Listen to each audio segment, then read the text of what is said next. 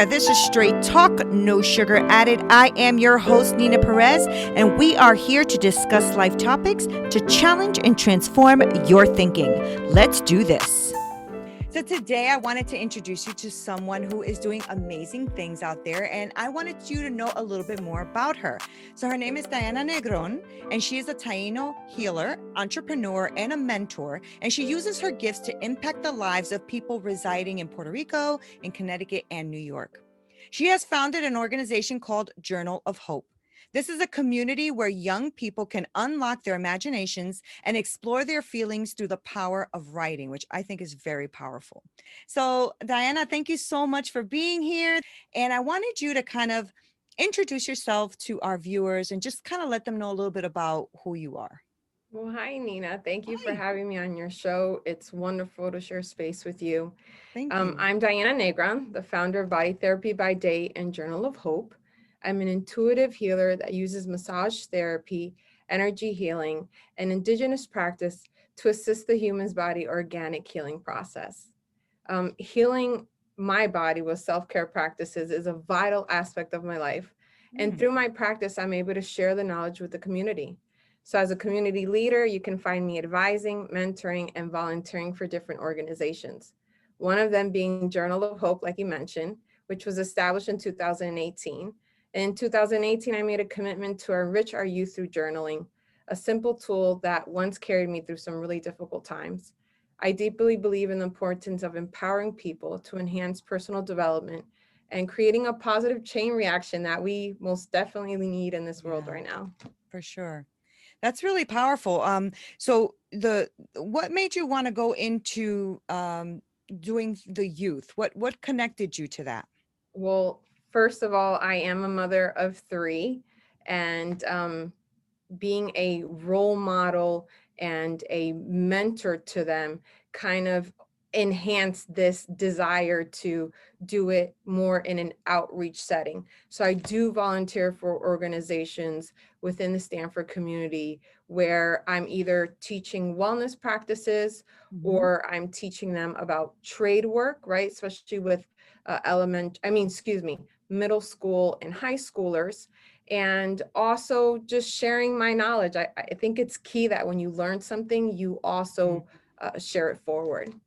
That's so true. And it's great that you're reaching out to like the communities that you're in too, right? It's nice when you can reach back into where you are present. Were you somebody who journaled like most of your life and you just saw it like free you in your mind or? Yeah, it's a tool. It's a tool. Definitely, I've been journaling since preteens. I have about 10 journals now. And this Wow. also includes planners and calendars. So I'm constantly jotting things down, checking off a list. And also, I use journaling as a space to dream, to put Oh. down my visions, because I've honed in on the power of manifesting. Mhm. And so journaling is a great way to kind of set that intent and put that energy out there. And that's really important, I think. Do you recommend like handwriting or do you like them to type when they do journaling? What do you like? There's no rules. This is Oh, the way okay. you want it. I Okay. love bullet journaling. Hmm. I love drawing, right? Being artistic with my journaling.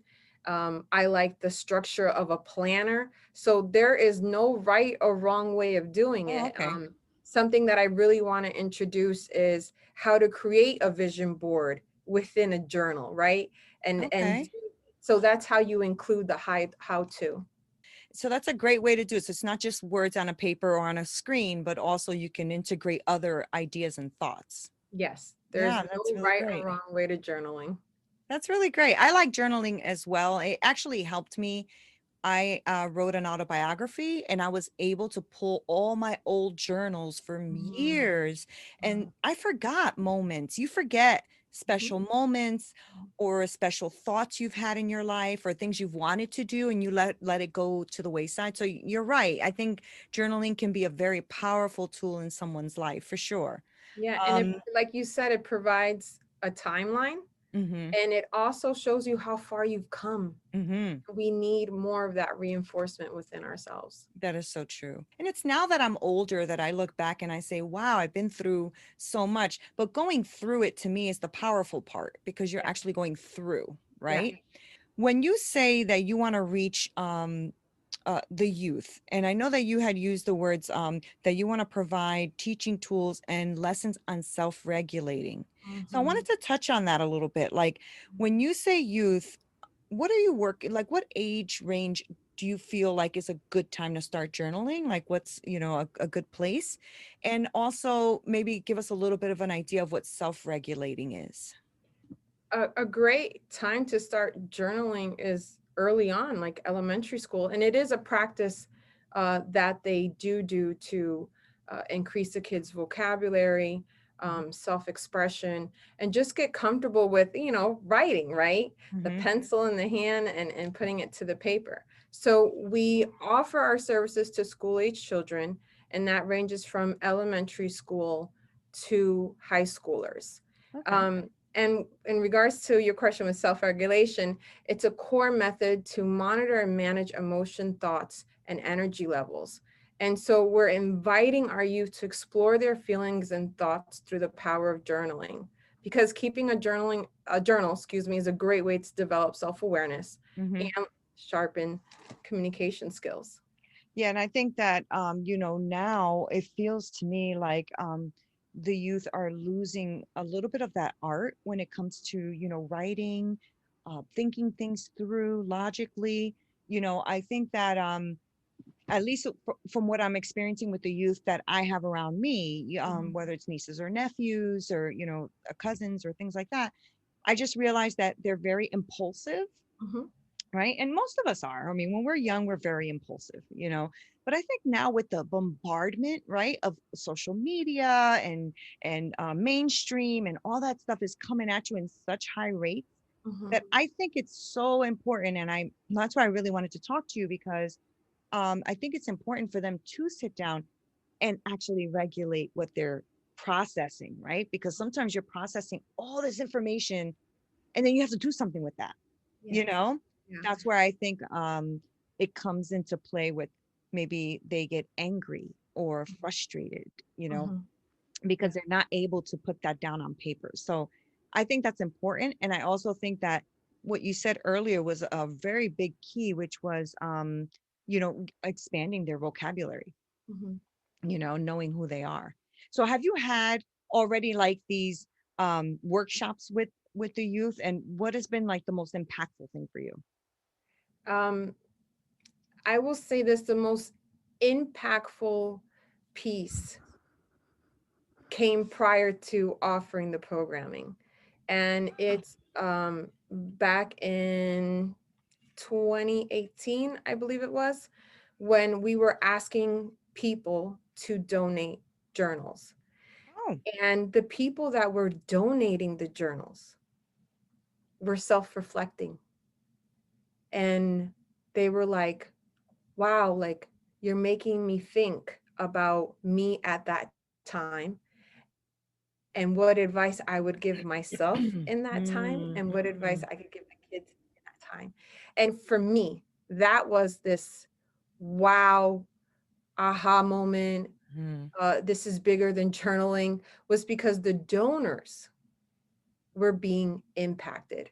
And when it comes to the programming, um, we've started and it's been exciting, right? To kind of take the vision, right, and implement it and make it something tangible for the kids. Mhm. And I feel that they're interested, that they want to know, how do I respond versus react, which is touching to the point that you had made earlier with everything that's coming in, everything that's happening, all these outlets to get information. And it's like, how do we process it?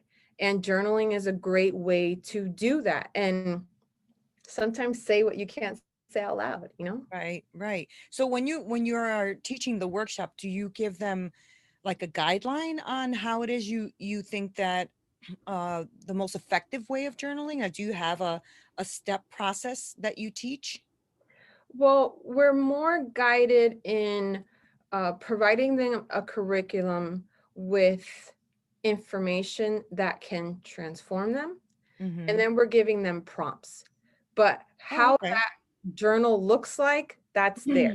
Like I said again, there's no right or wrong way with journaling. And so we've created mindfulness educational program with a focus on self-awareness, literacy, and social skills. Oh, okay. And so, are you finding that are the youth taking it like a joke? You know how sometimes they're like, "Oh, okay, I'm gonna write my," or are they actually? Are you feeling like they're receiving it, or do you just have like a mixture? No, I think that they're receiving it. We need to understand that kids are very intelligent Yes, they and are. they're very resilient and they're ready to be treated as an equal. And Mm-hmm. here we're giving them the opportunity to go, hey, these are some of the core things that you need to learn to survive and also be a better person, right? And so no, they're intrigued. They want to Good. know. And obviously, um, this is a process where you sign up for it, right? This is not something that we're like, hey, you have to learn, Oh, right? okay. And Okay. and so I believe that they're interested and they're ready to learn. And when it comes to, I'm thinking about the older kids. Mm-hmm. Um, this just gives them structure. We also give a sense of community. And on top of that, we're connecting this with their current situation, which is social media, right? We Right. have celebrities, we have politicians, we have artists, we have rappers that journal. So this is Right. and we just have to find that fine line to connect with them and make it as intriguing as half the stuff they see on TikTok. Yeah, yeah, yeah. And I think that you hit a point earlier too, where you said there's things in there that you cannot say out loud, Hmm. but you can say in your journal. Hmm. And that is, I mean, I guess I wish I had this tool when I was younger, because I would have been able to express myself a heck of a lot better, you Hmm. know. But I'm glad that you're doing this. So when you're introducing this program to, do you do this with schools? Is that how you're doing it right now, or? So currently, we are working with the Stanford Public School System, Okay. but we have also been blessed with the opportunity to work with women in recovery. Oh, wow. So this is a combination and something that I personally have great awareness that this is going to extend the idea. I'm just aligning with the purpose of Journal of Hope. Oh, that's wonderful. So when you're introducing this to the school curriculum, right, or Mhm. to the school, is it like just something like that they can sign up like a club almost, or is it something that's interweaved in something that they're doing at the school? And no, it is lessons that we're providing, right? It's an add-on to the education that a child needs, right, Okay. to be successful in the world. Okay. And the core pillar programming is offered seasonally. So we have a fall, winter, spring, and summer session. And so Okay. you can participate in all four sessions or just join one. Is it like a weekly thing or? It could be weekly or bi-weekly, and we Okay. do 45 minutes to 60 minutes instructions. Oh, that's great. And I guess you're making them practice, right? So I'm assuming the instruction is also them sitting there and getting over like either the fear of writing or writer's block or anything like that, right? Absolutely. And we're also engaging them. It's open communication, uh, working with kids or, whether it's family or in a school setting, you need to engage and connect. And Yeah, they don't always respond to somebody standing in front of the camera or a classroom and talking and talking and talking. So that's true. we engage, we have open communication, we have open discussions. And then also the homework assignments provides them with prompts so that That's good. in their own time, they're going into their imagination, jotting down notes and answering questions to assist with the self-reflection. Is what you're doing with the Stanford Public School something that another school can reach out to you to do with them? I mean, is Oh, that absolutely. We great? welcome people to contact us directly. They can visit our website, journalofhope.org, Mm-hmm. or they can send us a message via social media because we're on the platform as well, or they can contact me directly. Oh, great. So that it's, if there's a private school, I was wondering because I'm like, this shouldn't just be to one, school because it's such a great idea. So it's like, if it's a private school, if it's, homeschooling, if it's anything like that. I was even thinking, youth church groups or something like that, where kids are going there as well and they're going there intentionally. So that might be a nice place to also find what you're Absolutely. doing, Yeah. Yeah. Future future goal is to have different chapters in different cities. Yeah. But to be able to achieve that, we need more volunteers. And Journal of Hope does have an ambassadors program that we want people to sign up, because we provide an easy platform for them to volunteer. Oh, And if they're all about journaling or giving back or volunteer work, then that'll be a nice place for them to do that. And that information is also on our website. that's great. I didn't even know that. That's fantastic. Good. So, what if somebody's into vision boarding? Do you do that as well, or do you focus only on the journaling? No, like I said before, I love teaching. Well, I host my own vision board parties with my business body therapy by day, but it is something that we will introduce with the journaling. Okay. And again, we love all kinds of ideas, and we want to expand this where some of our summer sessions will be guest speakers, right? Whether they're teaching photography, whether we're teaching life skills, whether we have a vision board party and the kids are doing, or the adults, right? They're doing a vision board in their journal. So yes, that is part of, right, the community piece, the engagement piece, and bringing everybody together.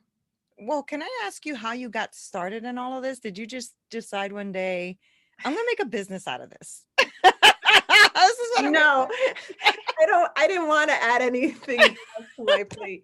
Um, no, it was the volunteer aspect. I love giving back. I love working with kids. So a little insight on me, I always wanted to be a teacher, but my life choices and my life didn't provide me the opportunity to kind of fulfill that completely. Um, but I think when you're destined to teach, opportunities present themselves. Yeah. And that became really clear in my volunteer work.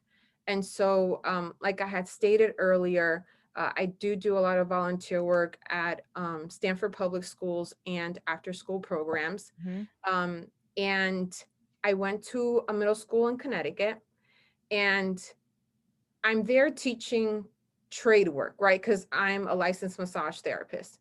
And in the process of being in the classroom and interacting with the kids, I was like, something's missing. And self-regulation, right? That's where Hmm. that piece came in. And I said, okay, they need help. I'm not big on complaining. I'm big on creating a solution. So what's the solution? So I thought back about my time as a preteen and a teen, what helped me, because I can relate with the kids that I was working with. It was a group of girls, and I could relate to where they were at. And I was like, journaling, yes, that's easy. I could get them. Yeah. Okay, we could do this. And so that's where it stemmed from. And then, like I said, journal of hope, or getting a journal at the time, it just evolved into something completely different, right? Mhm. We have donors excited, donors self-reflecting, and then I had the opportunity during COVID to pause from my professional life because I couldn't provide services, and find something else to do. And so it was honing in what Journal of Hope was going to look like, what we wanted to offer. And during COVID was when we made this officially Wow. a nonprofit. but that wasn't the goal originally. I was very busy. I have a lot going on, but like I said, it took a life of its own, and I'm my role is to align with that purpose, right? With what what am I supposed to support and do? Mhm. So yes, I had the vision, but I don't take full credit for it, for sure. Yeah, but you know what's powerful about what you just said is that you said that you, instead of complaining or looking at things like that, you find a Mhm, solution. mhm. And I'm the same way. And so I appreciate that you took the problem, which was COVID, right? Which is COVID for a lot of people, and you Mhm. found a solution for what was a need, right? Yes, What was a yes. need? Because one of the things I'm sure that you know is the increase of depression and anxiety, and the increase in youth suicides, the Yeah. increase in youth abuse, right? And even women, domestic violence abuse went up 63%. Like, Yeah. this is a serious thing, right? So I think that you taking and saying, okay, just because this part of my life had to be put on hold Mhm. doesn't mean that I can't create something to help Mhm. others. That's really powerful. And that's something that, I think more people need to align their thoughts like that so that they can move forward instead of being, stuck or fearful or have anxiety or anger for that matter. Because last year was, I don't even know what last year was. You know what I mean? Chaotic. Like last year was, yeah, let's leave last year. But No, but it served as a tool. it did. I'm a small business owner, um, and I'm a parent, and there's two ways of viewing this, with That's right. all respect to people that lost family members, with all respect with people who really had a hard time.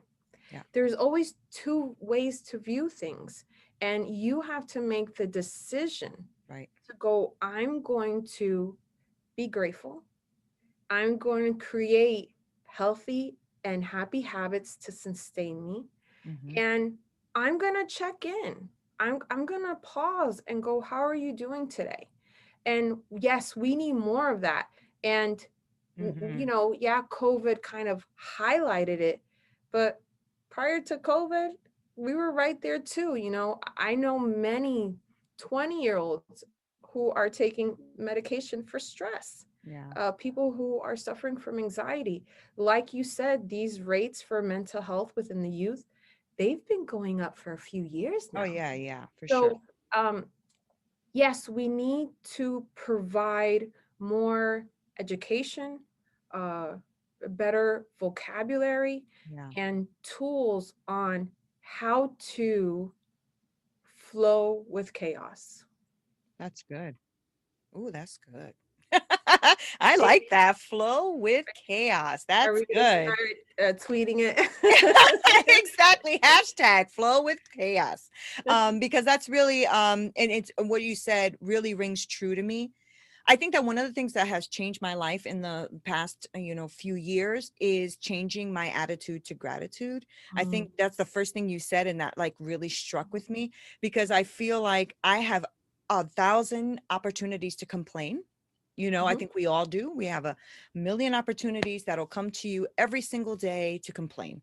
Yes. But once I changed that attitude and I started to being grateful, even for my vision, getting up in the morning, the fact that I'm breathing, that kind of thing. Yeah. Like, because when somebody says to me, I don't have anything to be grateful for, well, you're talking though. You actually have words coming out of your mouth and Yes. you're using it with a brain that actually can articulate how you're expressing yourself. And they're like, oh, I'm like, Yeah. probably have something to be grateful for, Yeah. you know? Being a foundation. Yes. Yeah.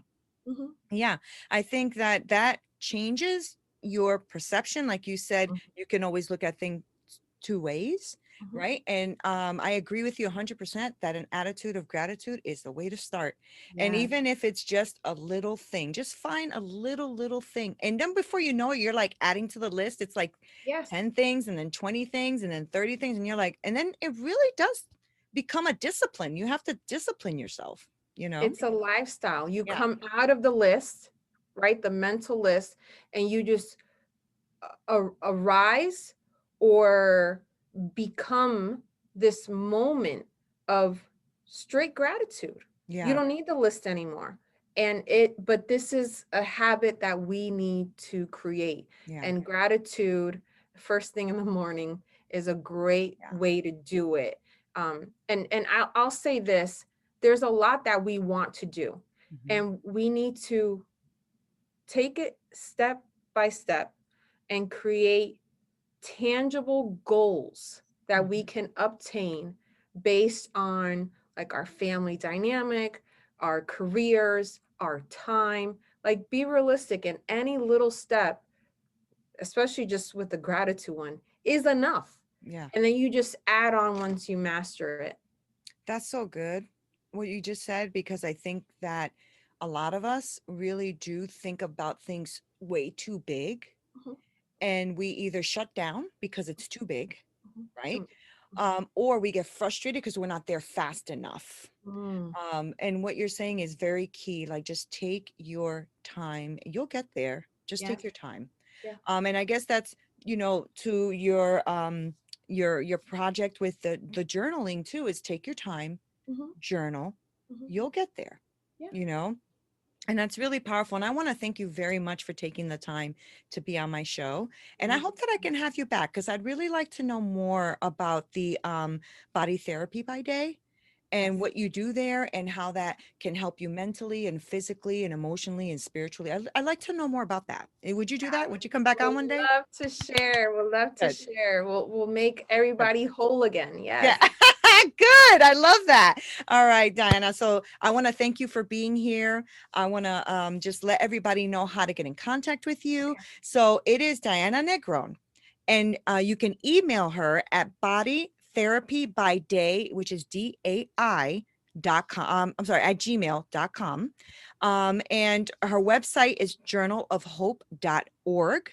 You can also find journalofhope.org on Instagram and on Facebook. So you can definitely contact her that way. Is there any other way you'd like people to contact you?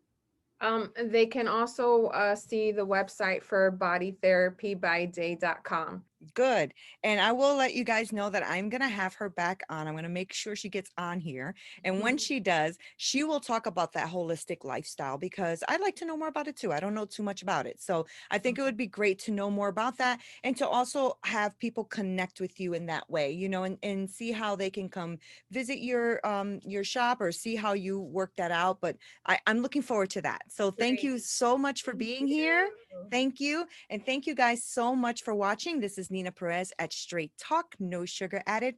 Until next time. You have just listened to another great episode on Straight Talk, No Sugar Added. Don't forget to subscribe so you can get more amazing content. Also visit our website and YouTube channel. Until next time, with more great episodes coming your way.